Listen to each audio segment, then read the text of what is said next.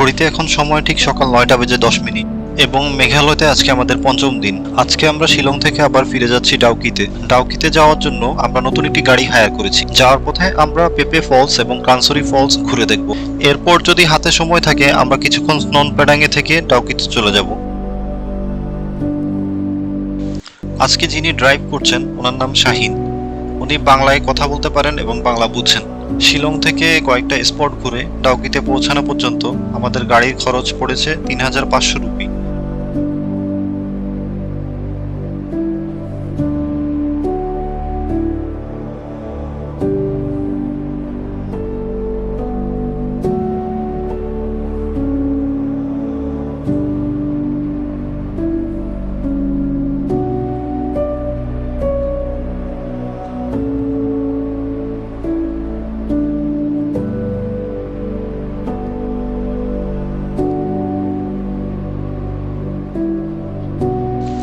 পেপে ফলসে যেতে হলে প্রথমে একটি নৌকায় করে ছোট একটি নদী পার হতে হয়। এরপর প্রায় 40 থেকে 50 মিনিট পায়ে হেঁটে ট্রেকিং করে ওয়াটার ফলস পর্যন্ত যেতে হয়।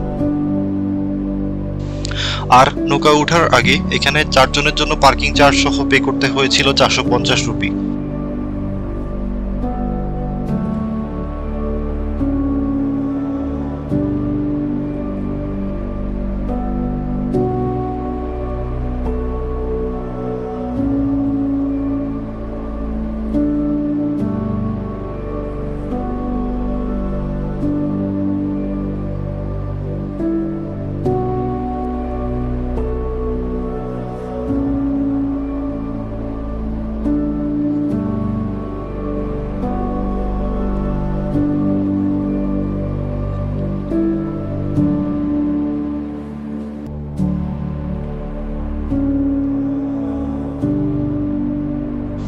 এখানে যাওয়ার সময় পথে কোনো ডিরেকশন দেখতে পাবেন না, তবে এই ঝিরি পথ ধরে হেঁটে গেলেই আপনি ওয়াটার ফলস পর্যন্ত পৌঁছে যাবেন।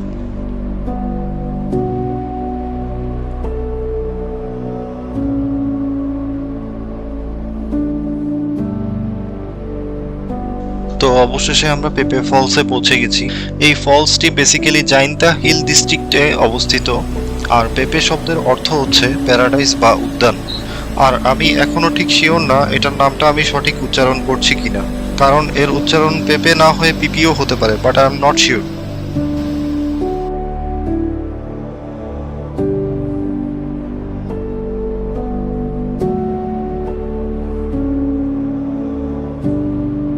এই ঝর্ণাটির দুটো স্টেপ রয়েছে, যেটা আমরা বেশ কিছুক্ষণ পরে জানতে পেরেছি, এবং এর জন্য আরো বেশ খানিকটা পথ আরো ট্রেকিং করতে হবে। যেহেতু আমাদের হাতে সময় কম ছিল, তাই আমরা দ্বিতীয় স্টেপে না যেয়ে ফিরে চলে আসলাম।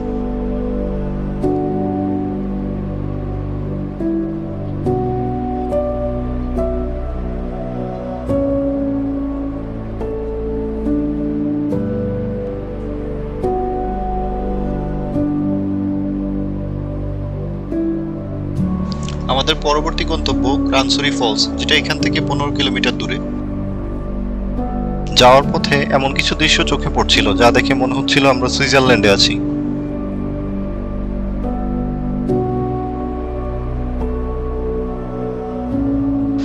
তো অবশেষে আমরা কানসরি ফলসে চলে এসেছি। এখানে ফলসের কাছে পৌঁছাতে হলে প্রায় 15 থেকে 20 মিনিট হেঁটে নিচে নামতে হবে। এছাড়াও এখানে জিপলাইনিং এর ব্যবস্থাও আছে, কেউ চাইলে জিপলাইনিং করেও নিচে নামতে পারবেন।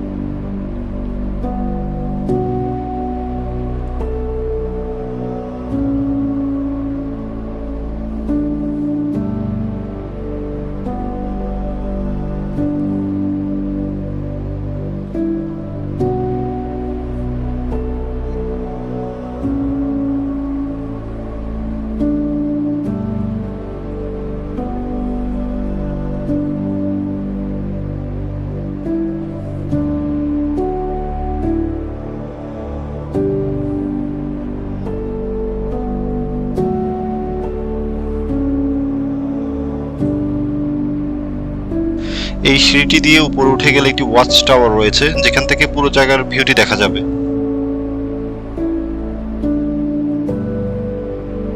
এখানে প্রবেশের জন্য জনপ্রতি 50 রুপি করে টিকিট নিতে হবে।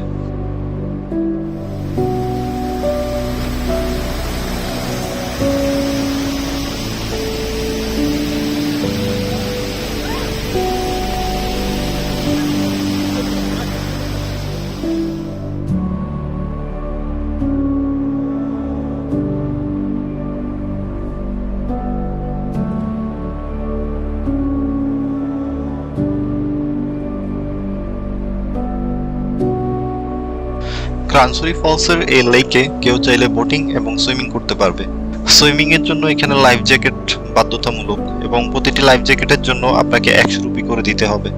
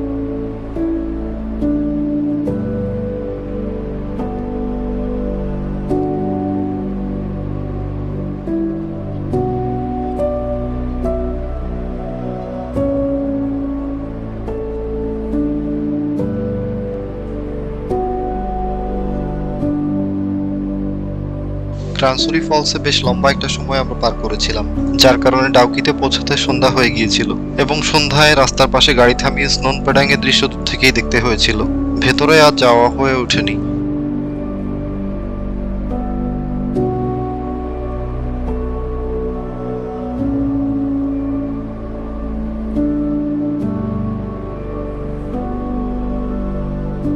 তো আজকে এই পর্যন্তই। ডাউকিতে আমরা একটি হোম স্টে বুক করে এসেছিলাম। আজ রাতে আমরা ওখানেই থাকবো এবং আগামীকাল আমরা বোটিং এর জন্য উমবোর্ড রিভারের উদ্দেশ্যে বের হব, যা নিয়ে বিস্তারিত থাকবে আমার মেঘালয় সিরিজের শেষ পর্বে। তো আগামী পর্ব দেখার আমন্ত্রণ রইল। ধন্যবাদ।